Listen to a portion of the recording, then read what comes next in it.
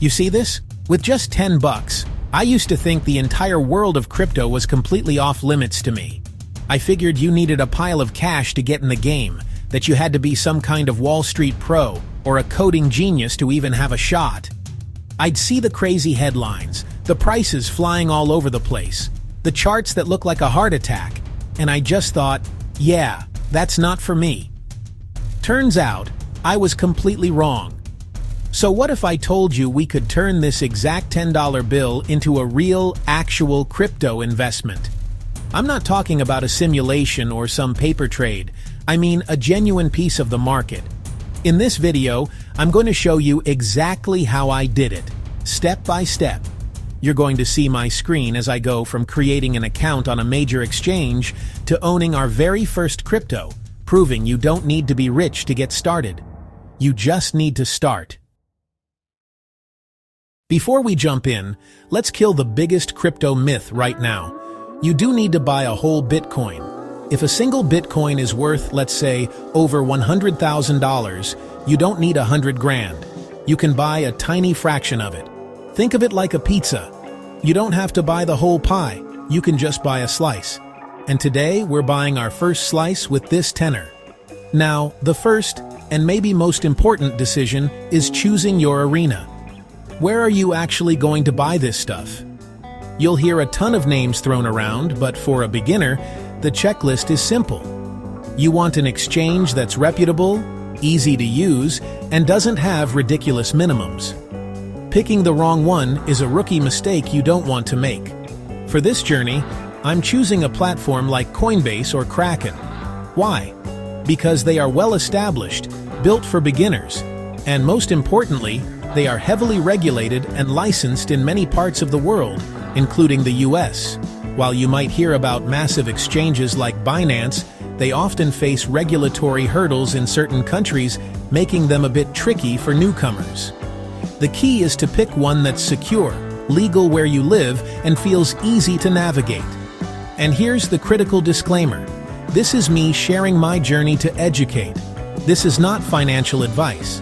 The crypto world is famously volatile, so you should only ever invest what you are genuinely okay with losing. For us today, that's $10. Let's think of it as the price of admission for a masterclass education.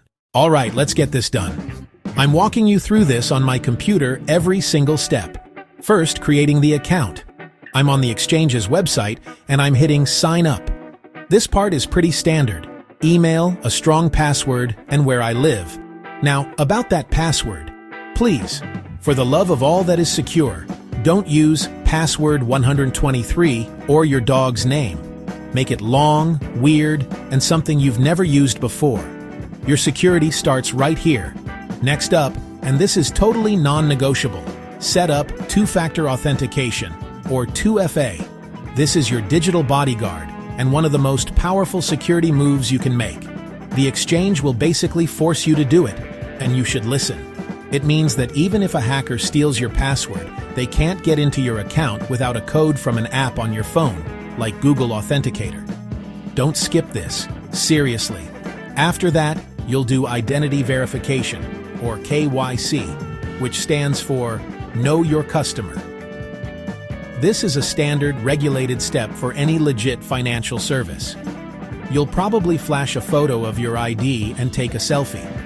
It might feel like a hassle, but it prevents fraud, and it's a huge sign that you're on a compliant, secure platform. Okay, account made, security on lockdown. It's the moment of truth, getting our $10 into the exchange. You can usually link a bank account or use a debit card. Just keep an eye on the fees. Card payments are instant, but their processing fees can sometimes take a bite out of our tiny budget. For an amount this small, I'm looking for the cheapest way in. While some methods might have minimums, major platforms like Coinbase actually let you deposit as little as a few dollars. I'll head to the deposit section, pick my currency, and get the funds in. And just like that, the $10 is in my account, ready for action. Now we're at the final boss of level 1, the trade. This is where dollars become crypto. I'm heading over to the trade or market section. I know, this screen can look terrifying, Charts, flashing numbers, red and green lines everywhere. Ignore it all. We're here to do one simple thing. We need to pick what to buy. With just $10, you want to stick with the big dogs: Bitcoin, BTC, or Ethereum, ETH. Think of these as the blue-chip stocks of the crypto world. They're more established and less likely to go on the insane roller coaster rides that smaller, unknown coins are famous for. Don't chase some random coin you saw on social media. That's a great way to lose your money. I'm going to buy a little Bitcoin. I'll search for the BTC USD pair, which just means I'm swapping US dollars for Bitcoin. I'm going to select a market order. That just means buy it for me right now at the best price available. It's the quickest and easiest way to get it done. I'm not even going to use my whole $10. To practice good habits, I'm only putting $5 into Bitcoin for now. I'll type 5 into the order box and click Buy BTC. And done. In seconds, the trade is complete. I can go to my portfolio and there it is. Not a whole Bitcoin, but 0.000 something of a Bitcoin. It's not a fortune, but it's real. It's mine. We did it. We started with $10, and now we officially own a piece of the digital economy. Okay, take a second. We're officially in. You can see that tiny fraction of a coin sitting in your account. But the journey doesn't stop here. In fact, this is where most beginners make their biggest mistakes. First, the golden rule. Only invest what you can truly afford to lose. For me, that was $10. If it disappears tomorrow, it was a cheap lesson. Never, ever put your rent money or emergency savings into a market this unpredictable. Second, learn to ignore FOMO, the fear of missing out.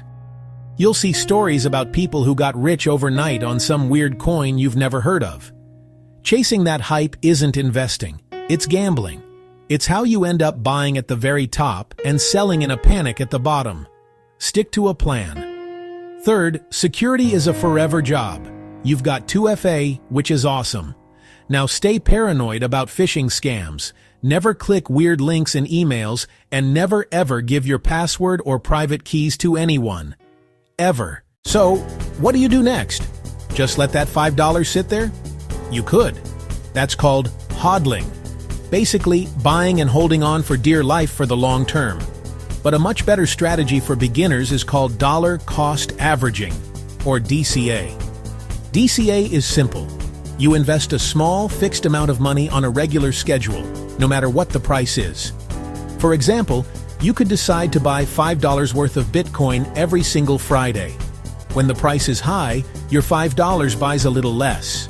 When the price is low, your $5 buys a little more. Over time, this smooths out your average cost and completely removes the stress of trying to time the market, which is basically impossible. This disciplined approach makes the market's craziness work.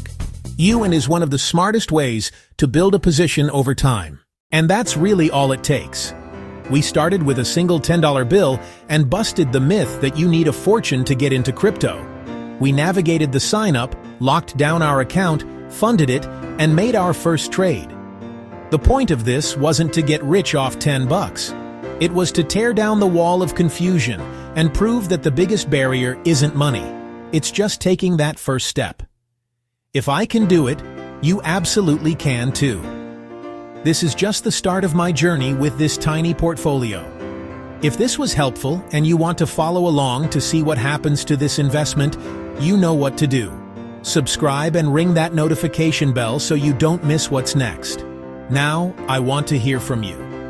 What was the first crypto you ever bought? Or what questions are still on your mind? Drop a comment below. I'll be reading and replying. Let's figure this stuff out together. Thanks for watching, and I'll see you in the next one.